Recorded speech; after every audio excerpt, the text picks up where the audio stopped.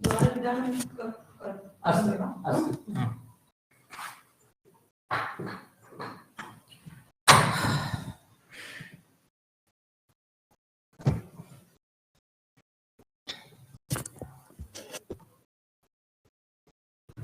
राम राम। नमस्कारः। नमस्कारः।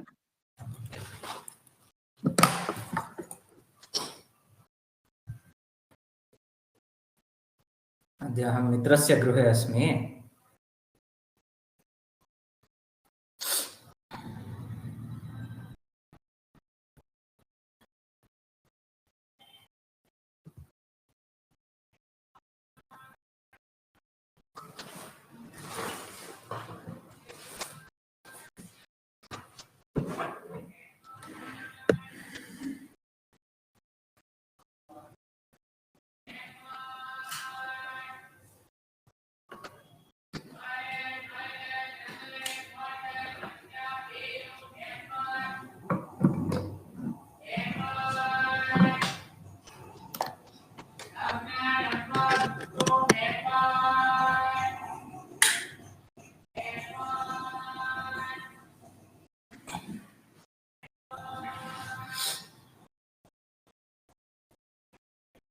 निमिषत्रयं प्रतीक्षां कुर्मः, तावता अन्ये अपि आगच्छेयुः पाठार्थं। मम ध्वनिः चित्रं सम्यक् अस्ति वा? आम् महोदय। अस्तु अस्तु। यतोहि नूतने स्थाने अस्मि, अतः अहं पृच्छामि।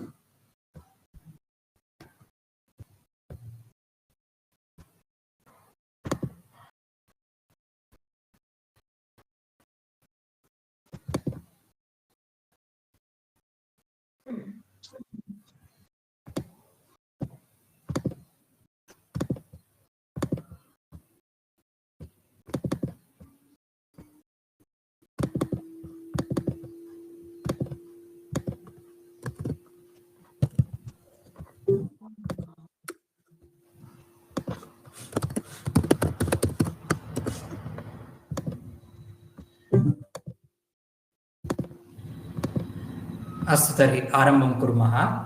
अहं प्रार्थनाश्लोकान् वदामि। ॐ शुक्लाम्बरधरं विष्णुं शशिवर्णं चतुर्भुजं प्रसन्नवदनं ध्यायेत् सर्वविघ्नोपशान्तये। सरस्वती नमस्तुभ्यं वरदे कामरूपिणि, विद्यारम्भं करिष्यामि सिद्धिर्भवतु मे सदा। मन्नाथ श्रीजगन्नाथो मद्गुरुः श्रीजगद्गुरुः, ममात्मा सर्वभूतात्मा तस्मै श्रीगुरवे नमः। ओम शांति शांति शांतिः। सर्वेभ्यो नमस्कारः। अयम् अस्माकं षोडशः पाठः अस्ति, 16th षोडशः पाठः अस्ति। अधुना वयं विभक्तीनाम् अभ्यासं कुर्मः। तत्र द्वितीया विभक्तेः अभ्यासः समाप्तः। अधुना तृतीया विभक्तेः अभ्यासः प्रचलति। तस्य अनुवर्तनम् इदानीं कुर्मः। तर्हि अहं मम दृश्यफलकं दर्शयामि।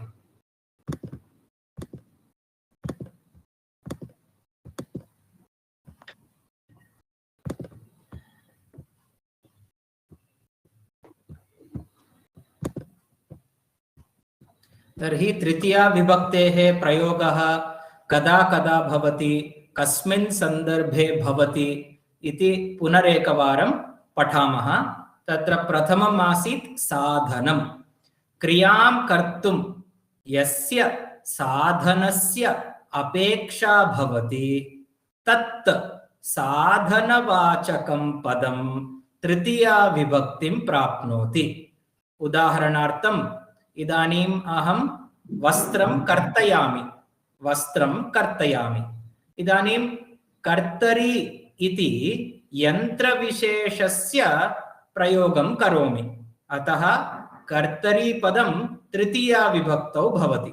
अहं कर्तर्या कर्तयामि। एकनिमिषम्।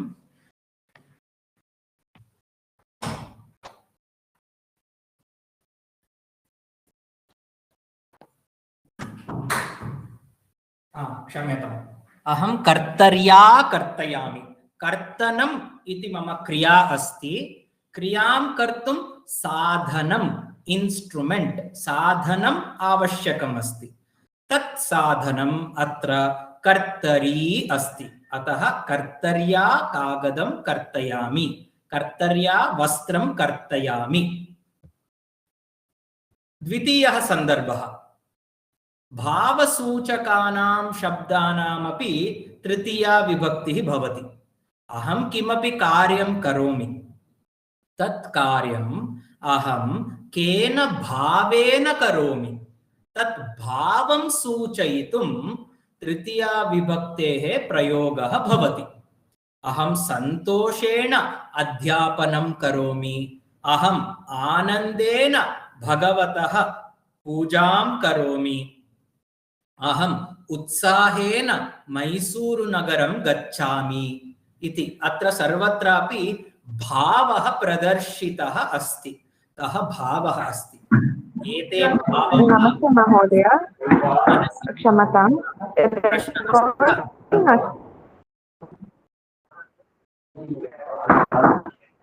इंटरनेट् सम्यक् नास्ति वा? रेकार्डिङ्ग् अस्ति वा महोदय? रेकार्डिङ्ग् जायमानम् अस्ति। ध्वनिः वीडियो सम्यक् अस्ति वा? रेकार्डिङ्ग् प्रचलति। गृहं मम गृहे अस्तु महोदय, धन्यवादः। चिन्ता नास्ति। भावः नाम अस्माकं मनसि बहवः भावाः भवन्ति। सुखं, दुःखम्, आनन्दः, उत्साहः, भयम्। एतेषां भावानां सूचनार्थं, प्रकटनार्थं, कथनार्थं तृतीया विभक्तिः प्रयोक्तव्या। अत्रापि भवन्तः सम्यक् अभ्यासम् अकुर्वन्। इदानीम् अग्रे गच्छामः। तृतीयः सन्दर्भः कः इत्युक्ते यदा सः इति शब्दः प्रयुज्यते। सः इत्यत्र विसर्गः नास्ति, सकारः हकारः,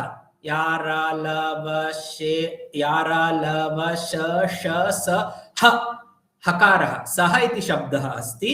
तस्मिन् सन्दर्भे अपि तृतीया विभक्तिः प्रयोक्तव्या। अहं मित्रेण सह मन्दिरं गच्छामि, अहं पित्रा सह आपणम् अगच्छम्, माता पुत्र्या सह मन्दिरम् अगच्छत्, त्वम् आचार्येण सह गोशालम् अगच्छः। एवं यदा सः इति पदस्य प्रयोगः भवति तदा तृतीया विभक्तेः प्रयोगः कर्तव्यः इति अयं तृतीयः सन्दर्भः। प्रथमसन्दर्भः अस्ति साधनं, द्वितीयः सन्दर्भः अस्ति किं? द्वितीयः सन्दर्भः कः अस्ति? भावसूचक। भावसूचकं भावः सूचनीयः तदा तृतीया विभक्तिः। तृतीयः सन्दर्भः कः? सः इति शब्दः यत्र प्रयुज्यते। सः इति शब्दः यत्र प्रयुज्यते तत्र तृतीया विभक्तिः प्रयोक्तव्या। उत्तमम्। अधुना चतुर्थं सन्दर्भं पश्यामः। विना। विना इत्यस्य शब्दस्य योगे तृतीया विभक्तिः भवति। उदाहरणं धनेन विना कोऽपि न जीवति। विना इति शब्दस्य कः अर्थः? आङ्ग्लभाषया वदामि वितौट् इति। Without money nobody can live इति अत्र उदाहरणवाक्यस्य आङ्ग्लार्थः। धनेन विना कोऽपि न जीवति। अत्र सूचना विशेषतया प्रदर्शिता अस्ति। अत्रापि भवताम् अवधानं भवतु। विना इति शब्दस्य योगे द्वितीया विभक्तिः, पंचमी विभक्तिः, तृतीया विभक्तिः, विभक्तित्रयाणामपि प्रयोगः समीचीनः एव। धनं विना कोऽपि न जीवति, धनेन विना कोऽपि न जीवति, धनात् विना कोऽपि न जीवति। त्रयमपि समीचीनम्। अर्थः समानः, केवलं विभक्तिभेदः।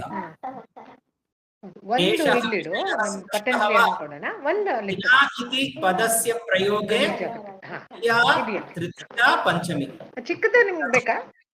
कश्चन शब्दः श्रूयते, प्रायः अवन्ती भगिनी गृहतः, अतः तत्र म्यूट् करोमि। अस्तु, अत्र भवतां प्रश्नः अस्ति वा? विना इति शब्दस्य योगे विभक्तित्रयं शक्यते, द्वितीया, तृतीया, पंचमी। अर्थस्य भेदः न भवति, केवलं वाक्यरूपस्य भेदः। धनं विना कोऽपि न जीवति, धनेन विना कोऽपि न जीवति। पंचमी विभक्तिः अस्ति चेत् धनात् विना कोऽपि न जीवति। इदानीम् अभ्यासं कुर्मः। कैः विना कः किं कर्तुं न शक्नोति, किं न करोति, किं करोति इति वदत। लेखनी, लेखन्या विना हरिः लेखितुं न शक्नोति। एवं वाक्यत्रयस्य उत्तरं मेघना भगिनी वदतु।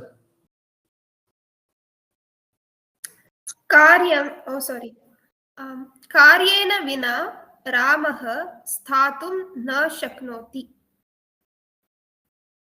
उपनेत्रेण विना सः द्रष्टुं न शक्नोति।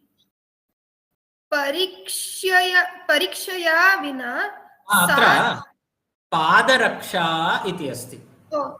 पादरक्षया विना सा चलितुं न शक्नोति। उत्तमं। वाक्यद्वयमपि भवती एव वदतु अग्रे।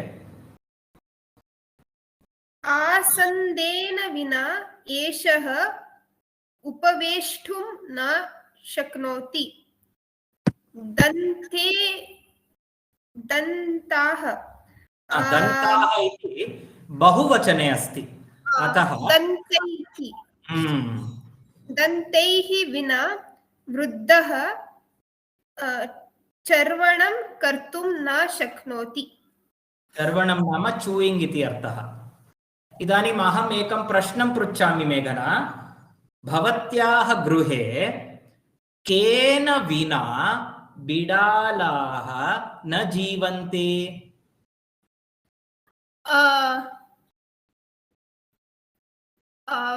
भोजनया विना बिडालाः न जीवन्ति। भोजनम् इति नपुंसकलिङ्गशब्दः।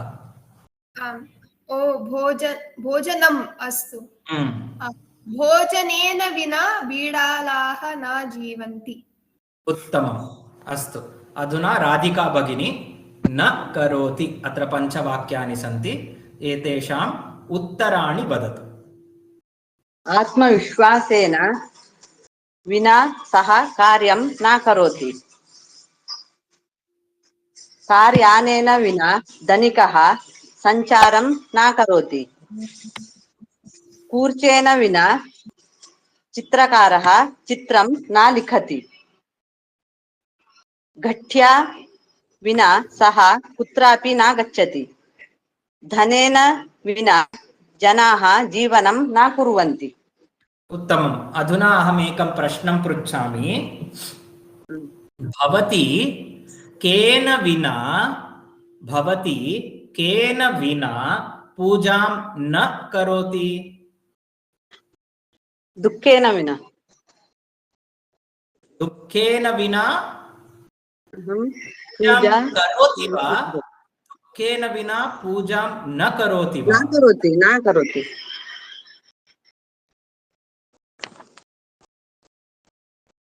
पुनः पृच्छामि। भवती दुःखेन विना पूजां करोति वा? दुःखेन विना पूजां न करोति वा?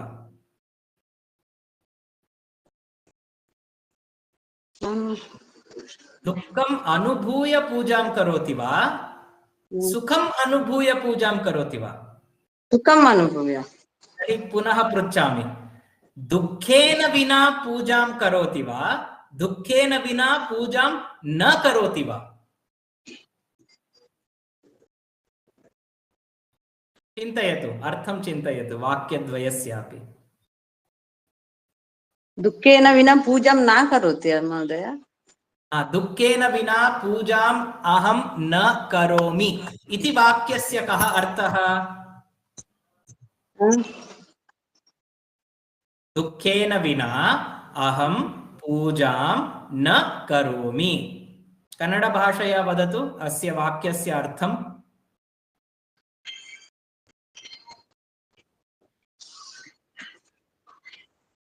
दुःखेन विना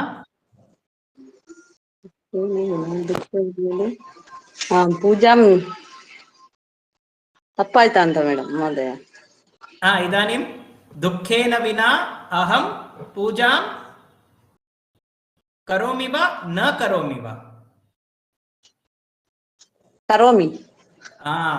दुःखेन विना पूजां करोमि इत्युक्ते पूजाकरणसमये अहं दुःखं न अनुभवामि इति अर्थः। उत्तमम्। इतोपि एकं प्रश्नं वदामि। केन विना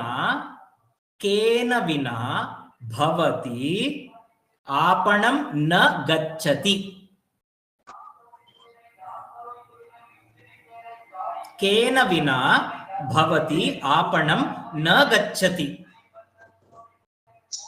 स्यूतेन। पूर्णं वाक्यं वदतु। स्यूतेन विना अहम् आपणं न गच्छामि। उत्तमम् उत्तरं। साधु। अस्तु, अग्रे गच्छामः। अत्र पञ्चवाक्यानि सन्ति। सत्यप्रेमा भगिनी, भवती उत्तराणि वदतु। महोदय एकः प्रश्नः अस्ति। धनं विना अहं आपणं न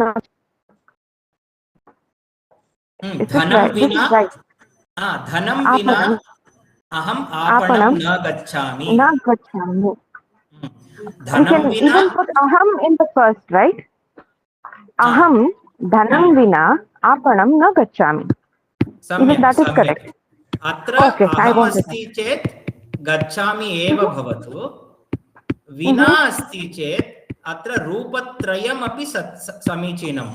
अहं धनं विना, अहं धनेन विना, अहं धनात् विना, रूपत्रयमपि सम्यक् एव। तृतीया विभक्तिः, पञ्चमी विभक्तिः। अहस्य सम्बन्धः गच्छामि इति पदेन सह अस्ति। अहं गच्छामि, सः अस्ति चेत् अत्र गच्छति। त्वम् अस्ति चेत्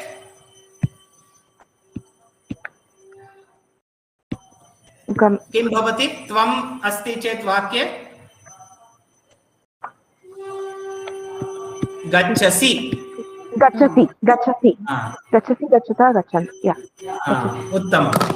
इदानीं सत्यप्रेमा भगिनी, भवती एतेषां उत्तराणि वदतु।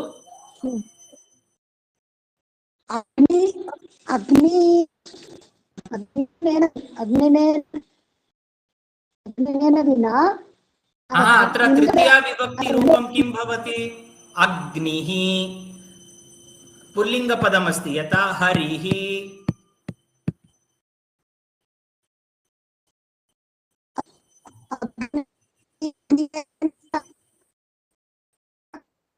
कनेक्षन् सम्यक् नास्ति भगिनी, श्रोतुं न शक्नोमि।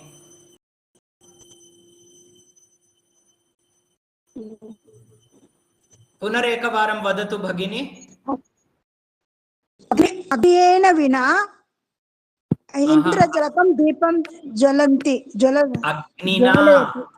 अग्निना विना, अग्निना विना, हरिः हरिणा, कविः कविना, अग्निना विना ऐन्द्रजालिकः दीपं ज्वालयति। द्वितीयं शय्या विना अपि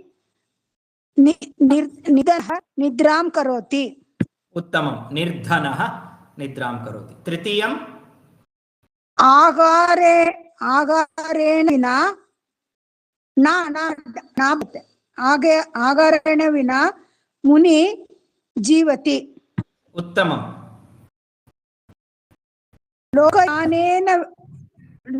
लोकयानेन विना नगरजीवनं न भवति।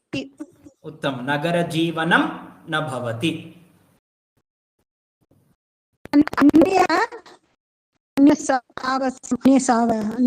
अन्यसाहाय्यं सहायेन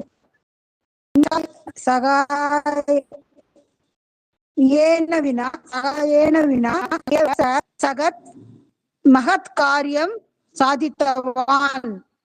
उत्तमम्, उत्तमं भगिनी। एकं प्रश्नं पृच्छामि। भवती केन विना निद्रां न करोति? केन विना? भवती केन विना निद्रां न करोति?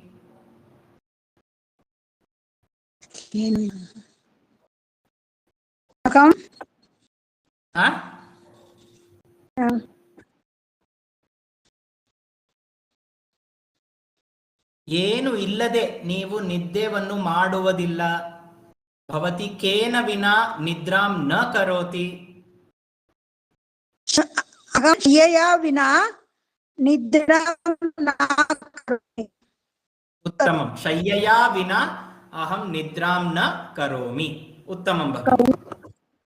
अस्तु मित्राणि, इदानीं भवतां सावधानता भवतु। अत्र पंचमः सन्दर्भः, फिफ्थ इंस्टेंस, यत्र तृतीया विभक्तिः प्रयुज्यते। फिफ्थ इंस्टेंस, यः शब्दः कारणवाचकः, कारणं हेतुः सिनोनिम्स अस्ति। कारणं हेतुः नाम कॉज, CAUSE कॉज।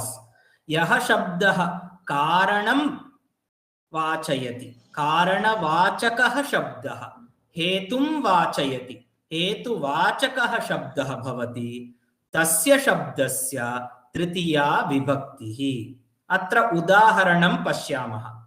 मम आगमनेन सः सन्तुष्टः। सः सन्तुष्टः अस्ति।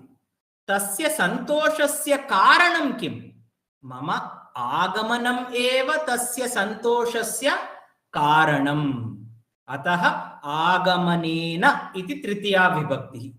कारणं, हेतुः, cause, CAUSE cause।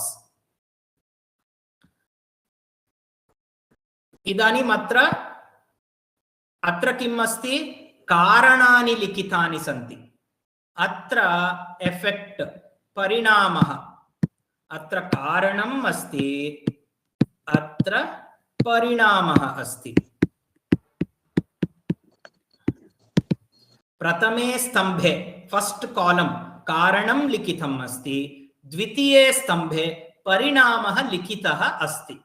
अहं वाक्यद्वयम् अहं वदामि, अनन्तरम् अहं भवतः पृच्छामि। एतया वार्तया कोपः प्रवृद्धः। कोपः प्रवृद्धः, प्रवृद्धः नाम इंक्रीज अभवत् इति। कोपः प्रवृद्धः, किमर्थं कोपः प्रवृद्धः? तत्र कारणम् अस्ति वार्ता। एतया वार्तया कोपः प्रवृद्धः। द्वितीयं वाक्यम्, एतादृशेन चिन्तनेन मनः कलुषितम्। मनः कलुषितं, मनः इति विसर्गः अस्ति, किन्तु एतत् नपुंसकलिङ्गं पदमस्ति, स्मरन्तु। अतः कलुषितम् इति नपुंसकलिङ्गं, विशेष्य विशेषणभावः। एतादृशेन चिन्तनेन मनः कलुषितम्। अस्तु, इदानीं रूपालक्ष्मी भगिनी 3 वाक्यानि वदति वा? आं महोदय। एतादृशेन सेकेंड वन, चतुर्थं पञ्चमम्, इतः तृतीयं चतुर्थं पञ्चमम्। अविवेकेन एषा महती विपत्। एषा इति नूतनं पदं किमपि योजनीयं नास्ति। You don't have to include any new word. Just combine these two and make a sentence. अविवेकेन महती विपत्। विपत् इत्यस्य कः अर्थः?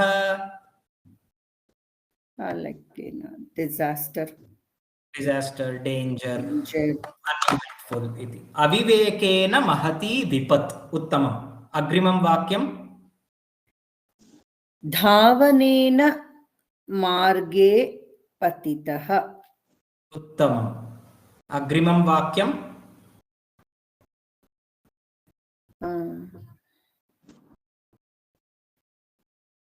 दैवानुग्रहेण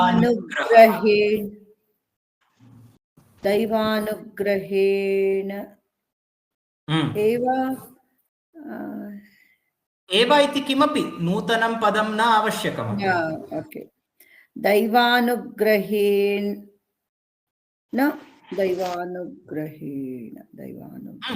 रामः रामेण, दैवानुग्रहेण उपायः न जातः। अपायः, सॉरी, दैवानुग्रहेण अपायः न जातः। इतोपि वाक्यद्वयं भवती एव वदतु। कथनेन न किमपि प्रयोजनम्। उत्तमम्।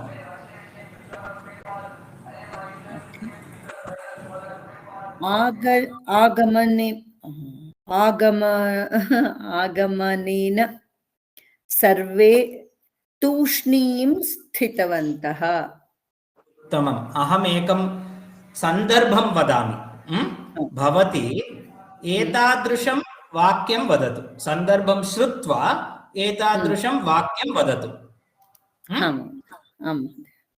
प्रधानमन्त्री मोदी आगच्छति, सर्वे जनाः सन्तुष्टाः।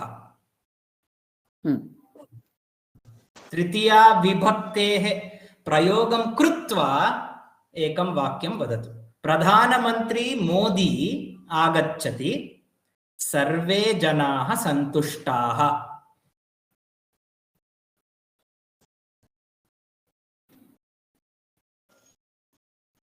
प्रधानमन्त्री आगमनेन सर्वे जनाः सन्तुष्टाः। उत्तमं भगिनी। प्रधानमन्त्री आगमनेन अथवा प्रधानमन्त्रिणः मोदीवर्यस्य आगमनेन सर्वे जनाः सन्तुष्टाः। इतोपि एकं वाक्यं पृच्छामि भगिनी।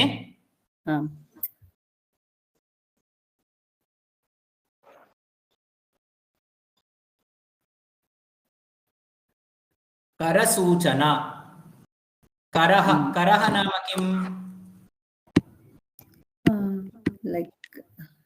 करः लाइक हैंड सिग्नल। हैंड इति एकम् अस्ति, अपरम् अस्ति टैक्स इति। कर, ओके ओके। इदानीं करसूचना इत्युक्ते किम्?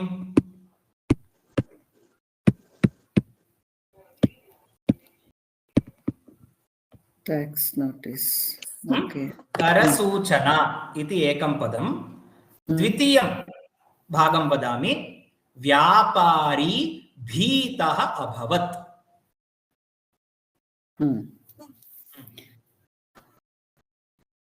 करसूचनेन दृष्ट्वा व्यापारिः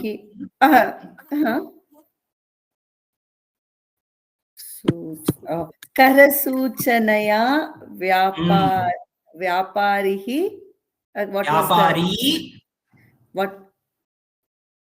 करसूचनया व्यापारिः इति नास्ति, व्यापारी भीतः अभवत्। पूर्णं वाक्यं वदतु।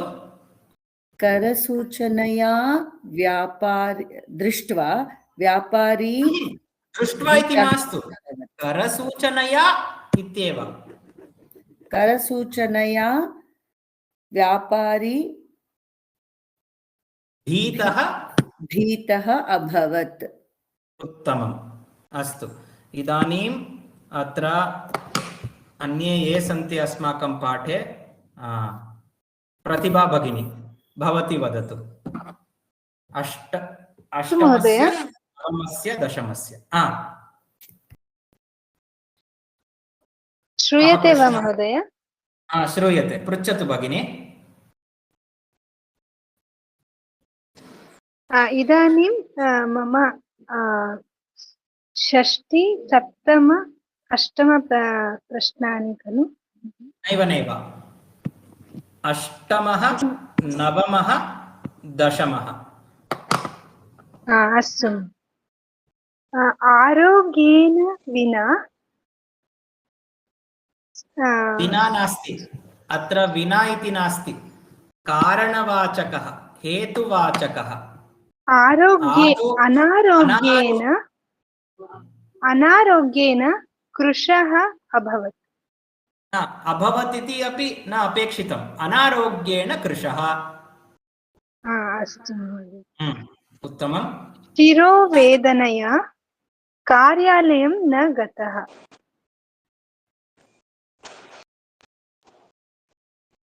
साधु।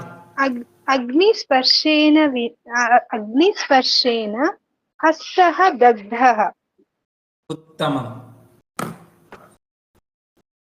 भवती सन्तुष्टा अस्ति। प्रतिभा भगिनी, भवती सन्तुष्टा अस्ति। किमर्थम्?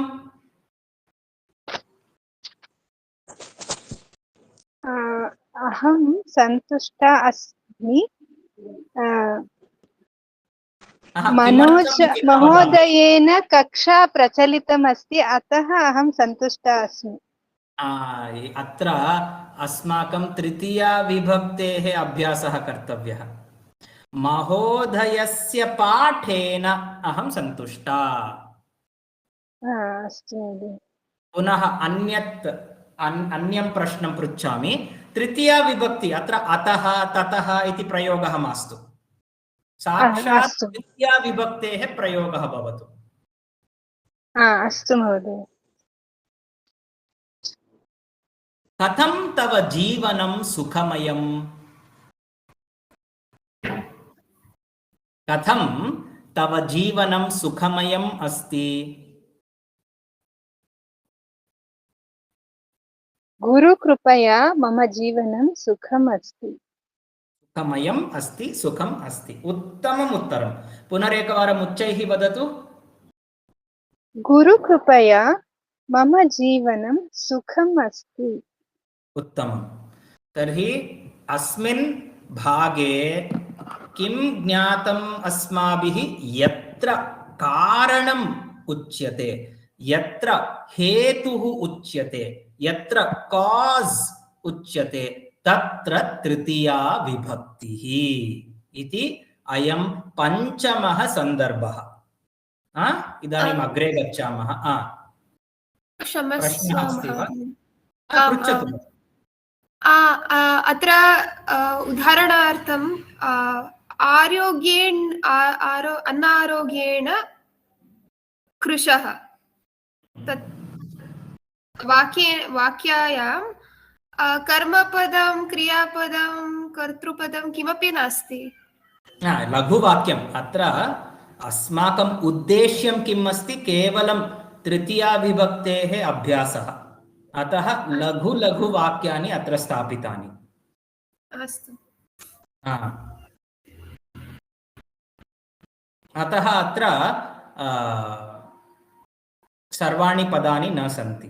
इदानीं नियमः नास्ति यत् प्रतिवाक्यं कर्मपदं कर्तृपदं सर्वं भवतु क्रियापदं भवतु प्रतिवाक्यं भवतु इति नियमः नास्ति। अस्तु। वाक्येन यदि अस्माकं बोधः अंडर्स्टैंडिंग भवति चेत् पर्याप्तम्। इदानीम् अनारोग्येण कृशः अस्माकं मनसि एकः प्रश्नः कः कृशः अनारोग्येण तदा चर्चा भवति।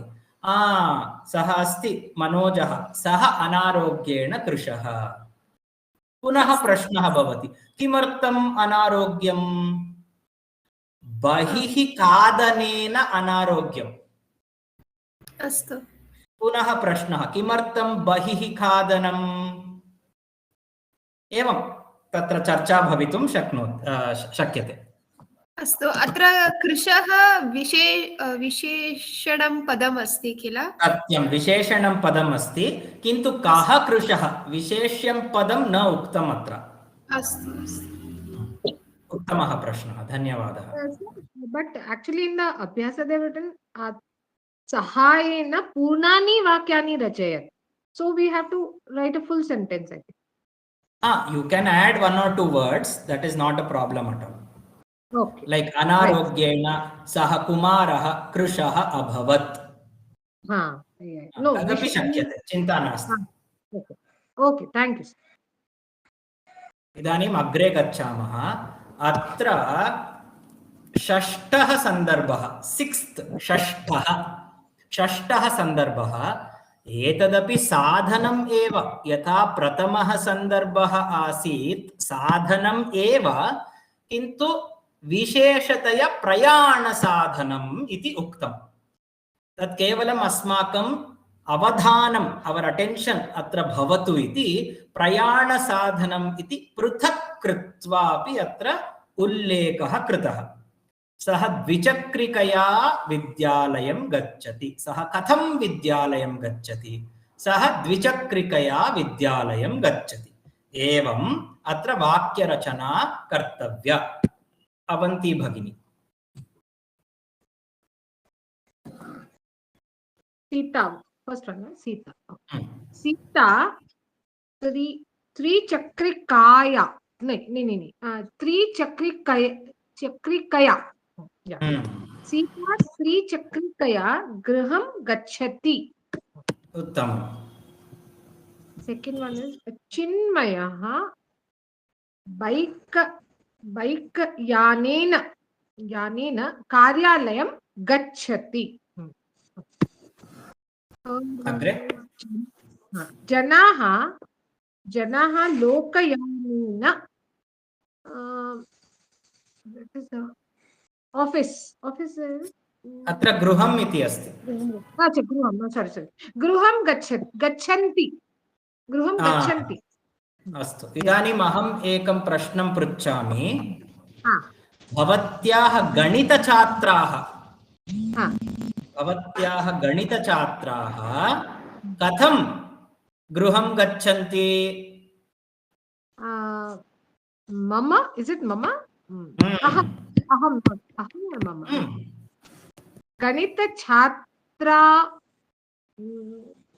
छात्रान् what is this? अहं पुनः प्रश्नं पृच्छामि शृणोतु। भवत्याः गणितछात्राः कथं गृहं गच्छन्ति? मम अभ्यास कार्येन। अत्र प्रयाणसाधनं वक्तव्यं। त्रिचक्रिका वा बैक्यानं वा लोकयानं वा? It is छात्र और शास्त्र गणितशास्त्र और गणितशास्त्र छात्राः स्टूडेंट्स। ओके गणित भवत्याः गणितछात्राः कथं गृहं गच्छन्ति? छात्राः द्विचक्रिकया गृहं गच्छन्ति गृहं गच्छन्ति पूर्णं वाक्यं ओके गणितछात्राः मम will come first मम गणितछात्राः द्विचक्रिकया bicycle okay द्विचक्रिकया गृहं गच्छन्ति उत्तमं भगिनी अस्तु इतोपि वाक्यत्रयं भवती एव करोतु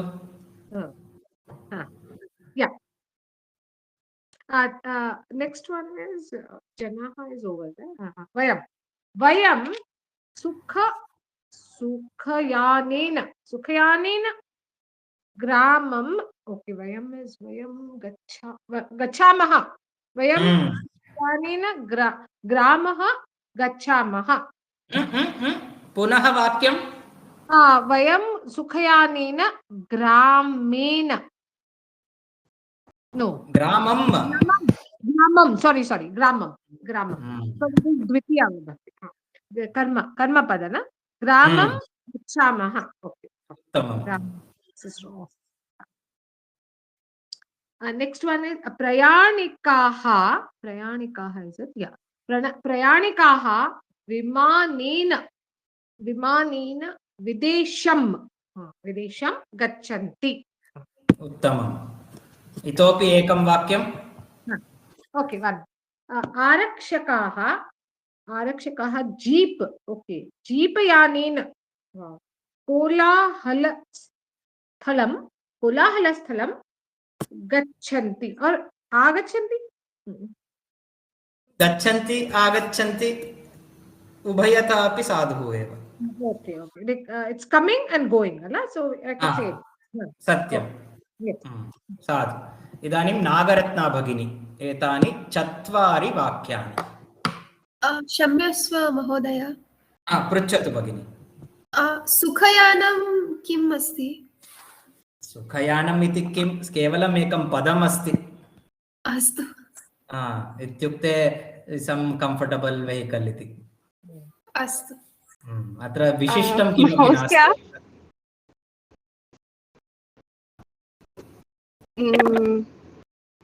श्रूयते वा महोदय अहं अधुना वाहनं चलामि शृणोमि महोदय अस्तु भवती वाहनं चालयति वा चिन्ता नास्ति चालयामि however अहं लिखामि अस्तु कदा गृहं प्राप्नोति भवती एकवादने अतः भवती ग्रुप् मध्ये तादृशं मुखं स्थापितवती अय्यो इति however I have written it अस्तु चिन्ता नास्ति अहम् अन्यं जनं पृच्छामि एते मेठहो यानेन भवती वाहनं सम्यक् चालयतु तत्र आघातः मा भवतु अहम् अन्यं जनं पृच्छामि अस्तु धन्यवादः महोदय धन्यवादः रूपालक्ष्मी भगिनी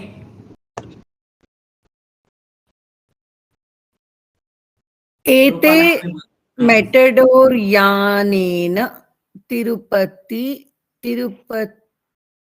नगरं गच्छन्ति यदि केवलं तिरुपति इति पदं वक्तव्यं चेत् नगरम् इति मास्तु तर्हि कथं भवति वाक्यं तिरुपतिः वाक्यं तिरुपतिम् अगल तिरुपतिः गच्छति वा तिरुपतिः गच्छति इत्यस्य कः अर्थः तिरुपतिने होयितु ಅಂತ न तर्हि अत्र किं भवतु तिरुपतिगे तिरुपतिं गच्छति तिरुपतिं या इदानीं पूर्णं वाक्यं वदतु। एते मेटडोर्यानं तिरुपति एते मेटडोर्यानेन तिरुपतिं गच्छन्ति। उत्तमम्। अग्रिमं वाक्यं। ग्रामीणाः नौकेन तरन्ति। नौकया तरन्ति। भक्ताः रैल्यानेन मथुरां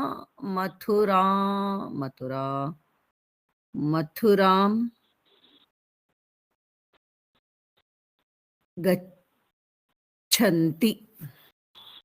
Now we are in Tritiya Vibhakti. You can't afford to forget Dvitiya Vibhakti. Yes, sir. Yes. We have to progress. We can't keep going back. Yeah. राजा रथेन मन्दिरम् आगच्छत्। उत्तमम्। तर्हि एतानि वाक्यानि समापितानि। अत्र प्रयाणसाधनं, प्रयाणार्थं यत् साधनं भवति, मीन्स् इन्स्ट्रुमेण्ट् भवति, तत्र तृतीया विभक्तिः। इदानीं सप्तमं सन्दर्भं पश्यामः। क्रयणं, वयं सर्वदा आपणं गत्वा वस्तूनां क्रयणं कुर्मः। फलानां, शाकानां, वस्त्राणां, क्रीडकानां क्रयणं कुर्मः। क्रयणं नाम बयिङ्ग्, विक्रयणं सेल्लिङ्ग्, क्रयणं विक्रयणम्। इदानीं क्रयणसन्दर्भे धनं दातव्यं भवति। तर्हि तत्र कियत् धनम् अपेक्षितं तद् सूचनार्थं तृतीया विभक्तिः। यथा अहं 10 रूप्यकैः एकां लेखनीं क्रीतवान्। अत्र 10 रूप्यकैः इति तृतीया विभक्तिः बहुवचनम्। एवमेव अत्र अहम् 8 रूप्यकैः एतत् पुस्तकं क्रीतवान्। 8 रूप्यकैः, 8 rupees। एवमेव अत्र अभ्यासार्थं वाक्यानि पश्यामः। मेघना भगिनी एतानि 5 वाक्यानि वदतु। अहं शब्दस्य प्रयोगं कृत्वा महोदय। अहं वा भवतु, सः वा भवतु, त्वं वा भवतु, भवत्याः इच्छा। अस्तु। सः, रमेशः, मनोजः, रूपालक्ष्मी इत्यपि भवतु। अस्तु। सः 100 रूप्यकैः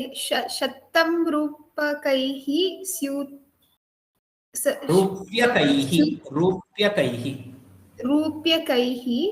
100 रूप्यकैः, सम्यक् वा महोदय? नैव नैव, समस्तं पदं भवति, अतः 100 रूप्यकैः इति वक्तव्यम्।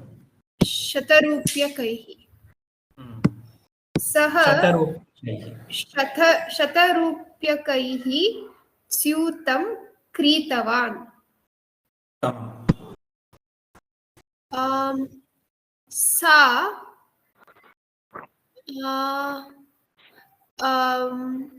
12 रूप्यकैः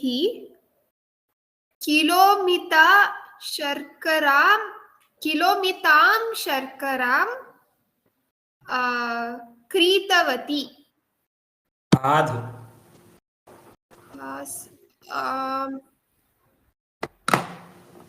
अहं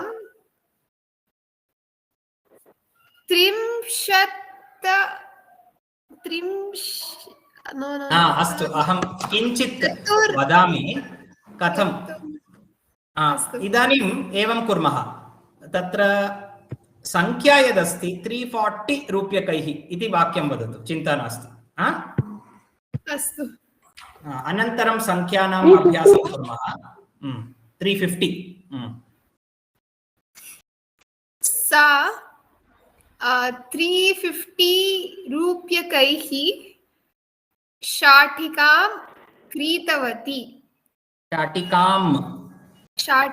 शाटिकां क्रीतवती उत्तमम् अहं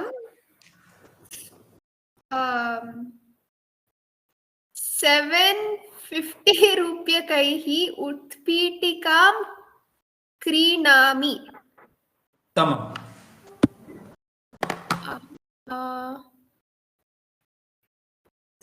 सः त्वं त्वं 30 रूप्यकैः कर्तरीं क्रीणासि उत्तमं क्रीणासि उत्तमं सम्यक् उक्तवती तर्हि एषः विषयः 12 रूप्यकैः किलोमीटर शक्यते न महोदय एतत् अभ्यासार्थमेव प्रायः यदा अस्य ग्रन्थस्य प्रकाशनम् अभवत् तदा शर्करायाः मूल्यम् अल्पम् आसीत् अधुना मूल्यवृद्धिः इन्फ्लेशन् मूल्यवृद्धिः अभवत् अतः अधुना तु अर्धकिलोमितां शर्कराम् एव वयं क्रेतुं शक्नुमः महोदय अर्धकिलो नास्ति महोदय पादकिलोमितां भवति वा What is kilometer? अत्र किलोमीटर नाम kilogram kilo is it unit kilo mita is like Kilo. Measurement. Kilo is this English word written in Sanskritam, that's all it is. Okay. So mita is the measurement. Mita is just an affix. Oh, okay. It sounds like kilometer. No, not kilometer. Kilomitam. Kilomita means equivalent to 1 kilo.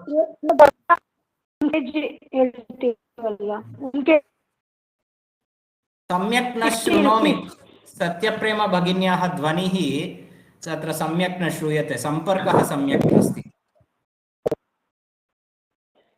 1 kg sugar 60 rupees अन्ते okay भवतु नाम अस्तु इदानीम् अग्रे गच्छामः अयम् अष्टमः सन्दर्भः 8th सिनारियो यत्र तृतीया विभक्तेः प्रयोगः क्रियते निषेधार्थकः निषेधः इत्युक्ते न कर्तव्यम् इति अर्थः यत्र निषेधार्थकः अलं शब्दः अलम् इति शब्दस्य अन्ये अपि अर्थाः सन्ति अलम् इति शब्दस्य there are different meanings for the word अलम् but here only in the context of निषेधार्थः दैट इज माडबेडी इन्न साकु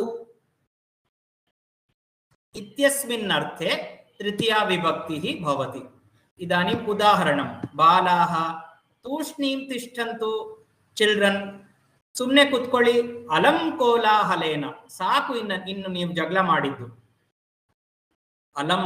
ಅಲಂ ಕೋಲಾಹಲೇನ ಇತ್ಯುಕ್ತೆ ಸಾಕು ಇನ್ನು ನೀವು ಜಗಳ ಮಾಡಿದ್ದು ಇತಿ ಅರ್ಥಃ ಇನಫ್ ಆಫ್ ಯುವರ್ ಫೈಟಿಂಗ್ ಇತಿ ಅರ್ಥಃ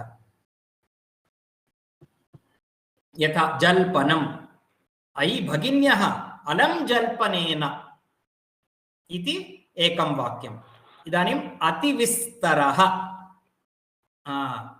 प्रतिभा भगिनी वाक्यत्रयं वदतु भवत्या एव वाक्यं चिन्तनीयम् अत्र एकमेव पदं दत्तम् अस्ति अस्तु महोदय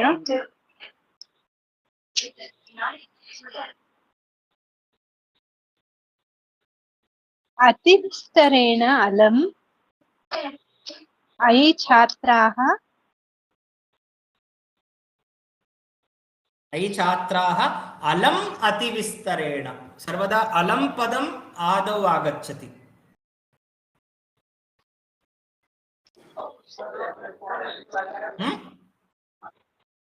प्रतिभा भगिनी प्रथमम् अलं पदम् अलम् अतिविस्तरेण न अतिविस्तरेण अलम् इति मास्तु अलम् अतिविस्तरेण अलम् अतिविस्तरेण अयि छात्राः उत्तमम् अत्र द्वितीयं पदम् अलम् शोकेन अत्र अहम् एकं पदं वदामि तस्य पदस्य प्रयोगं करोतु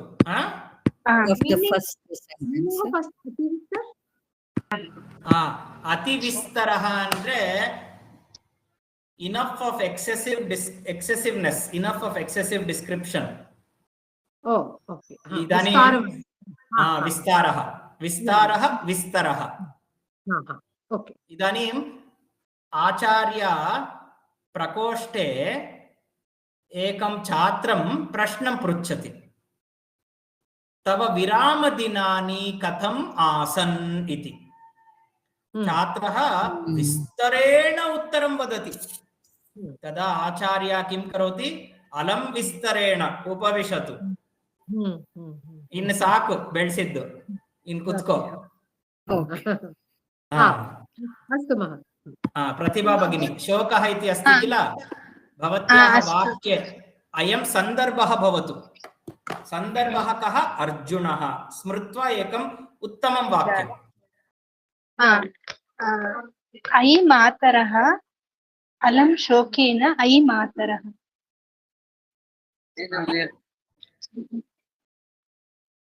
श्रूयते वा महोदय? श्रूयते. अर्जुनः कुत्र अस्ति वाक्ये?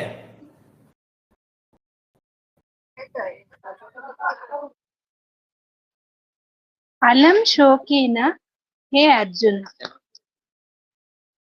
इतोपि किञ्चित् हे अर्जुन हे अर्जुन अलं शोकेन अग्रे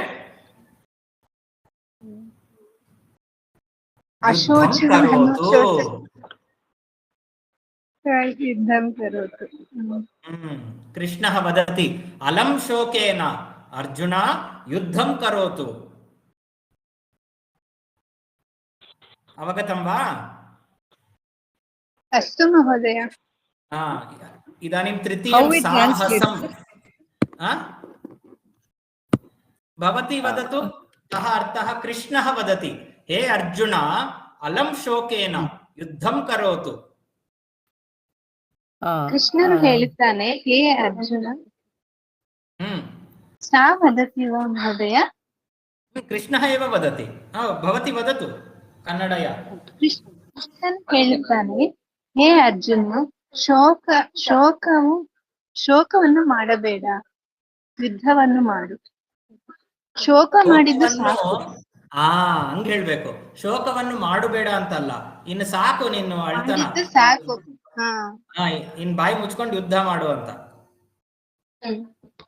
ಹಂಗೆ. ಇದಾನಿಂ ಸಾಹಸಂ. अयि बालाः एकनिमिषम् अहं सन्दर्भं सूचयामि, तदनन्तरं भवती वाक्यं वदतु. अहम् अत्र लिखामि. सन्दर्भः रावणः, वाक्यं वदति हनुमान्. हनुमान् रावणं वाक्यं वदति. हनुमान् रावणं वाक्यं वदति. रचयतु भगिनी वाक्यम्.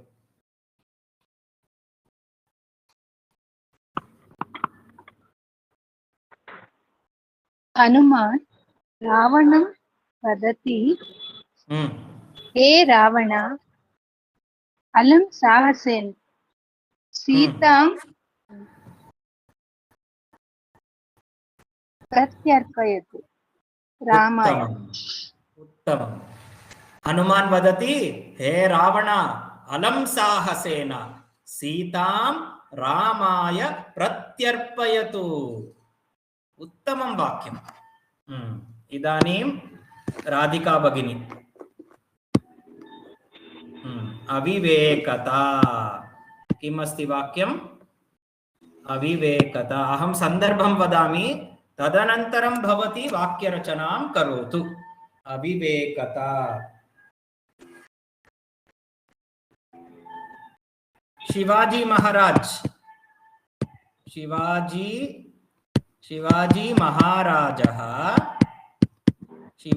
महाराजः औरंगजेब तं वदति, औरंगजेब वर्यं वदति। शिवाजी महाराजः औरंगजेब वर्यं वदति। राधिका भगिनी।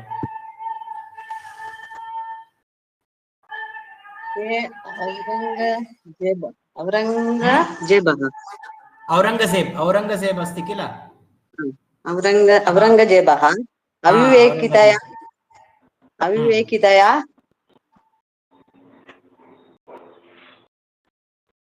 अलम् अविवेकितया कार्यं कुरु। इदानीं शिवाजी महाराजः वदति, किं वदति? शिवाजी महाराजः मुघल महाराजम् औरंगजेब वर्यं किं वदति? अलम् अविवेकितया भारतं त्यजतु। अलम् अविवेकितया भारतं त्यजतु। अवगतं वा? धावनम्, अहं सन्दर्भं वदामि, कः कं वदति इति, तद् आश्रित्य भवती वाक्यरचनां करोतु। आरक्षकः चोरं वदति, आरक्षकः चोरं वदति।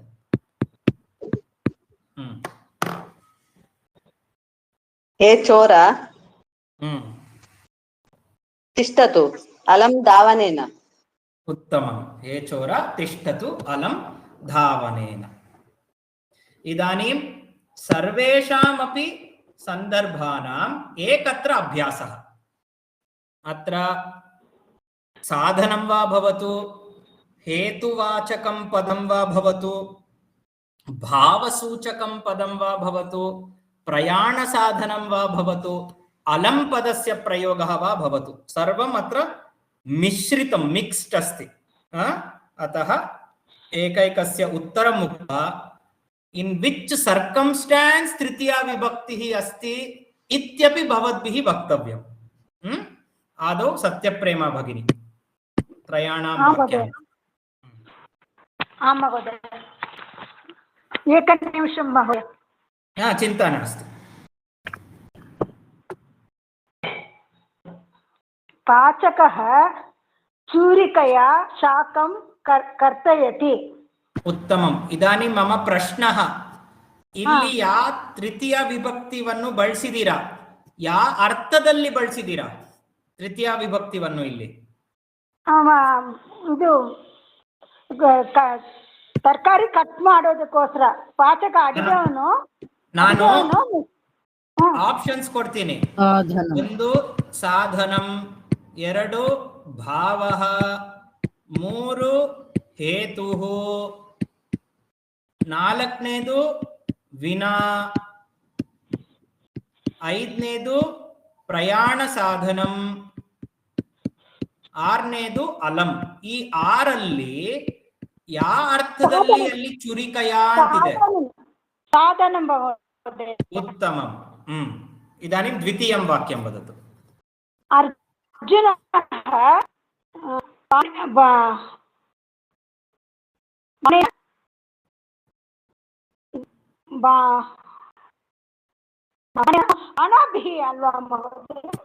अत्र बाणः इति रामः, बाणाः नाम रामाः।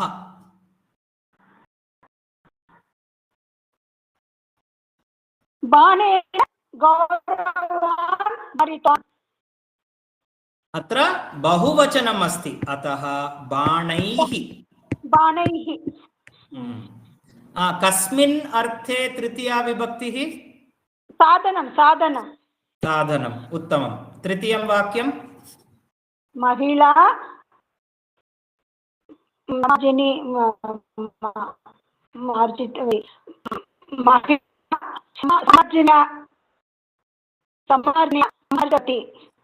सम्मार्जनी, नदी शब्दवत्। किं भवति तृतीया विभक्ति रूपं? पुनः वदतु भगिनी।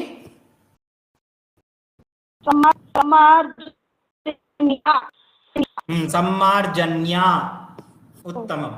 कस्मिन् अर्थे अस्ति? साधनं साधनं साधनम् इत्येव अर्थः, उत्तमम्। अधुना 3 वाक्यानि अवन्ति भगिनी।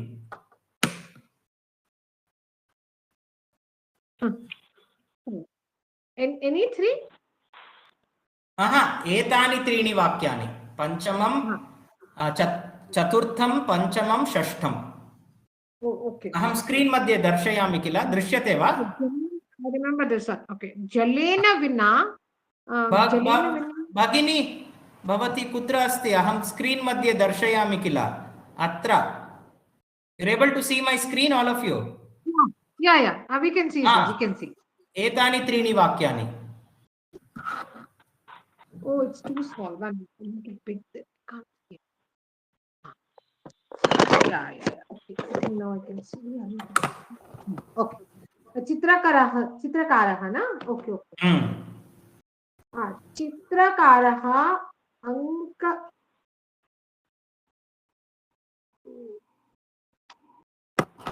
This is like नदी, नद्यौ, नद्यः, अंकनी, अंकन्यौ, अंकन्यः।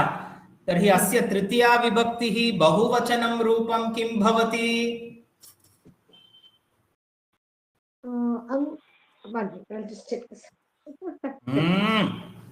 मम भवत्याः अनभ्यासेन मम असन्तोषः।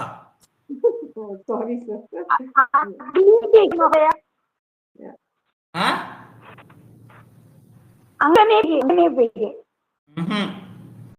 अंकनीभिः।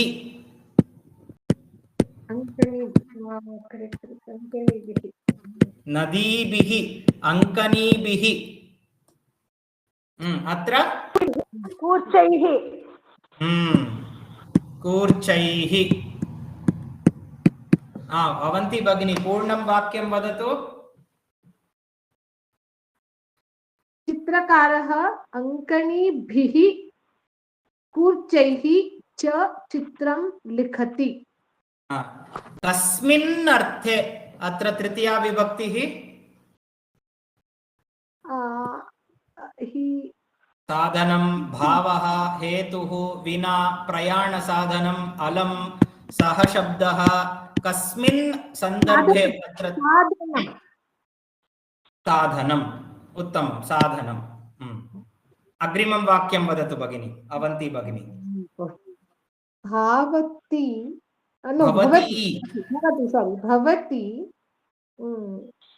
भवती का? ओके। भवती ऑटोरिक्शकया अत्र का इति अस्ति। का अत्र अस्य एव तृतीया विभक्ति रूपम्। it is saha. Okay, saha is there. Okay. So okay, with whom? Right. Bhavati, my mother. Okay. Mama. भगिनी, अत्र का इति अस्ति, केवलं का इति शब्दस्य तृतीया विभक्ति रूपं वदतु। का only have to change. अंकन्यः we change to अंकनीभिः, कूर्चाः we change to कूर्चैः।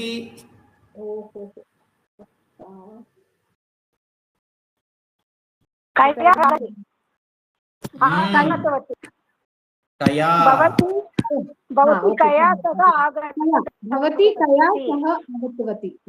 आगतवती। This is saha, na? This is also saha. So bhavan jananibhihi. I got this one. एकवचनम्। जननया। जनन्या। सह जनन्या। अवन्ती भगिनी, अभ्यासः कर्तव्यः।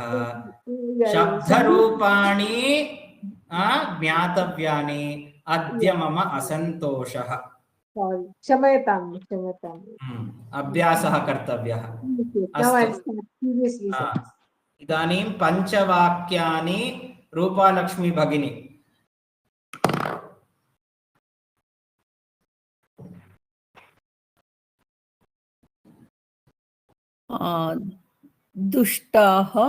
दुष्टः सर्वैः सह कलहं करोति. उत्तमम्.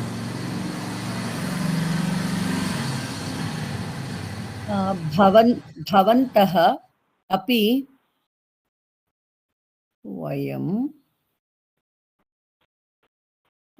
अस्मद् शब्दः अहम् आवां वयं तृतीया विभक्तौ मया आवाभ्याम् अस्माभिः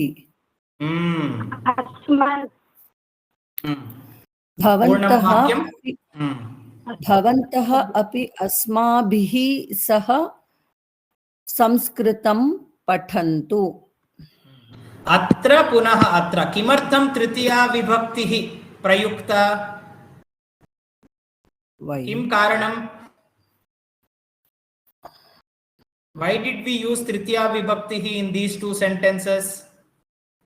Sadhanam only, sir. No. Sorry. Saha. Because saha iti padam asti. Saha. Okay. Sorry. Good. Next three sentences. Dhanena vina जीवनं कठिनं. कारणं विना. उत्तमम्.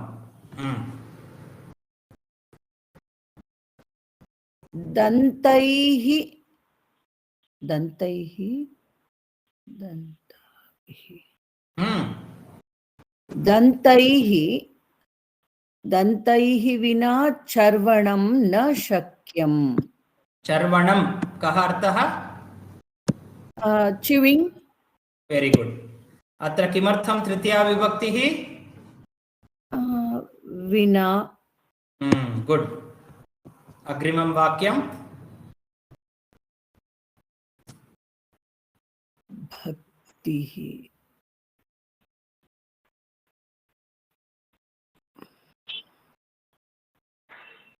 नदी शब्दवत्.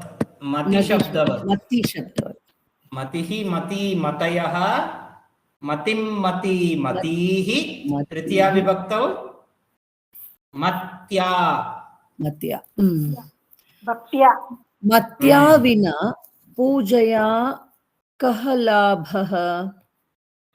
उत्तमम्. अत्र किमर्थं तृतीया विभक्तिः? विना. अत्र किमर्थं तृतीया विभक्तिः?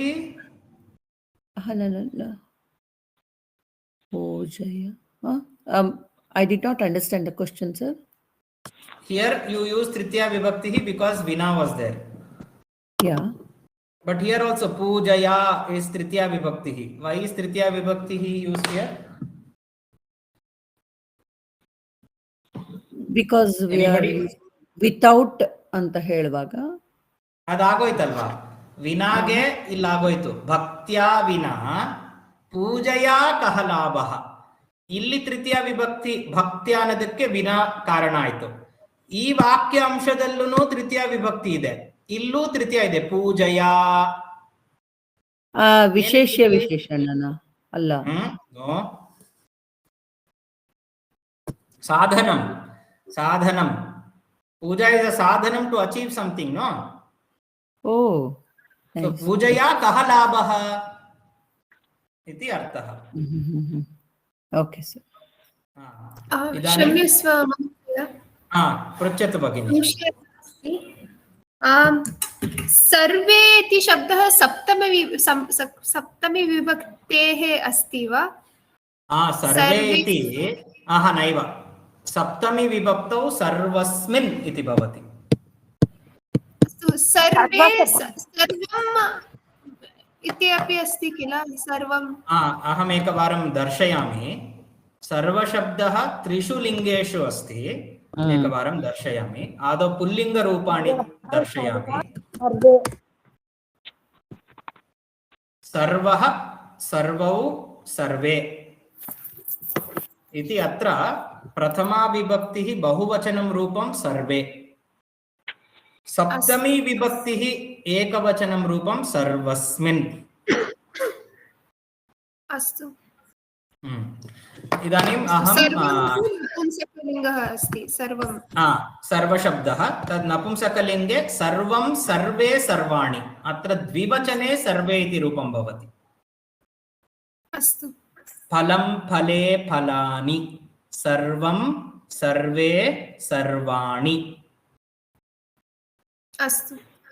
स्पष्टं वा? आमां स्पष्टम्। इदानीं हरिः राधिका ओं भगिनी। महोदय ಅದು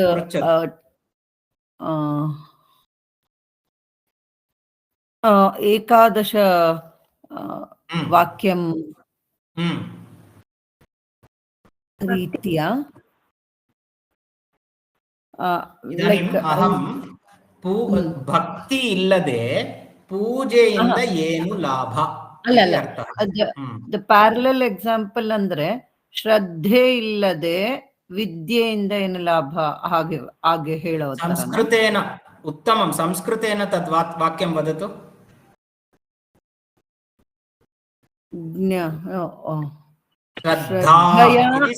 ಶ್ರದ್ಧಯಾ ವಿನಾ, उत्तमं, श्रद्धया विना ज्ञानं, तृतीया विभक्ति, ज्ञानेन कः लाभः? उत्तमं, श्रद्धया विना ज्ञानेन कः लाभः?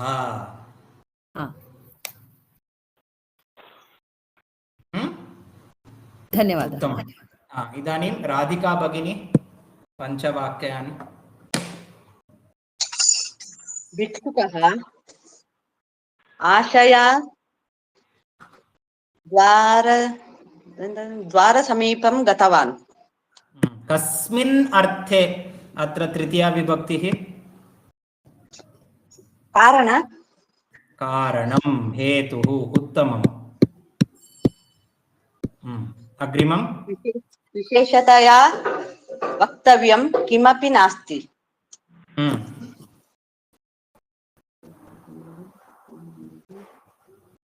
अत्र अहमेव उत्तरं वदामि।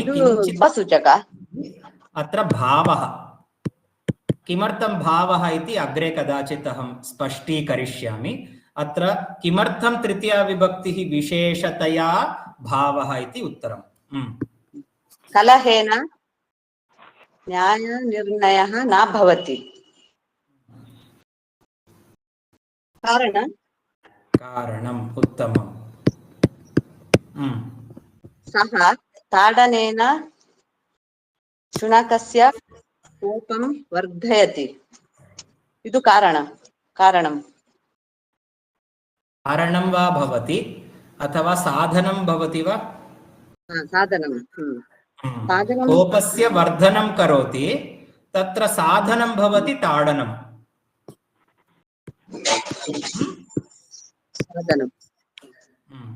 अग्रिमं वाक्यं क्षम्यताम्, अधुना दृश्यते। विमोचनेन कष्टस्य निवारणं न भवति। अश्रु विमोचनं महोदय। अश्रु ಅಂದ್ರೆ ಕಣ್ಣೀರು, ವಿಮೋಚನಂ ಅಂದ್ರೆ ಬಿಡೋದು. अत्र कारणम्। अस्तु, इदानीं मेघना भगिनी।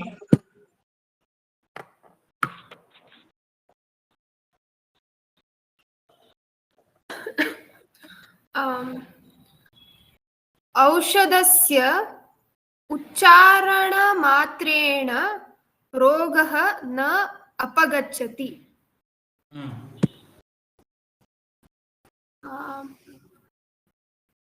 वेगदूतयानम्। अस्तु, अत्र एकनिमिषं, कस्मिन् अर्थे तृतीया विभक्तिः?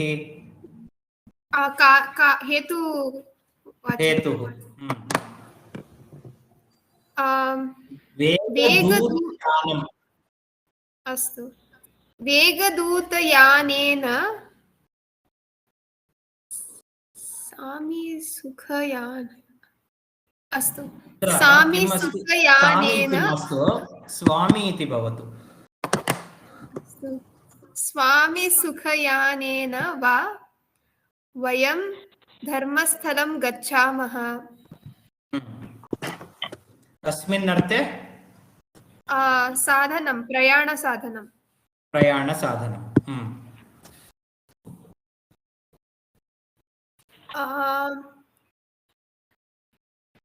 दश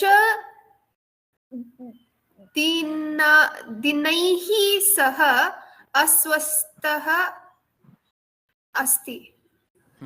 अत्र किमर्थं तृतीया विभक्तिः कालः इति अहं कारणं लिखामि, अग्रे कदाचित् अहं स्पष्टीकरिष्यामि।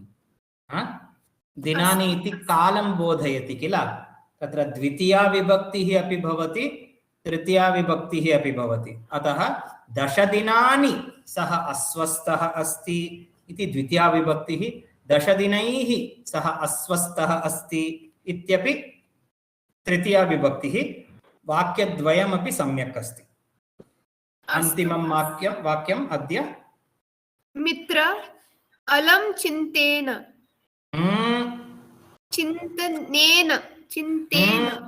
अत्र किम् अस्ति? आवरणे चिन्तया अलं चिन्तया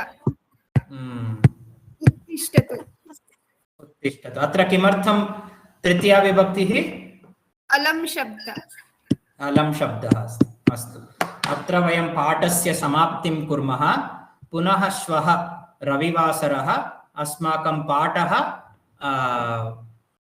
यथा पूर्वं 2:15 सार्धत्रिवादनपर्यन्तं भवति। श्वः किं कुर्मः?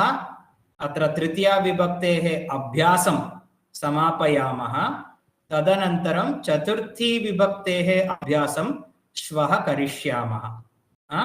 किन्तु चतुर्थी विभक्तेः रूपाणि एकवारं भवन्तः चतुर्थी विभक्तेः सर्वाणि रूपाणि एकवारं भवन्तः प्रवेशपुस्तके पठित्वा आगच्छन्तु। चतुर्थी विभक्तेः रूपाणि पठित्वा आगच्छन्तु, तदा अस्माकं पठनस्य वेगः इतोपि अधिकः भवति। वयम् अतीव मन्दं चलामः, इदानीं किञ्चित् वेगेन वयं गच्छामः। अस्तु, अहम् अत्र शान्तिमन्त्रम् उक्त्वा रेकार्डिङ्ग् स्थगयामि। ॐ सर्वे भवन्तु सुखिनः, सर्वे सन्तु निरामयाः, सर्वे भद्राणि पश्यन्तु, मा कश्चित् दुःखभाग् भवेत्। ॐ शान्तिः शान्तिः शान्तिः।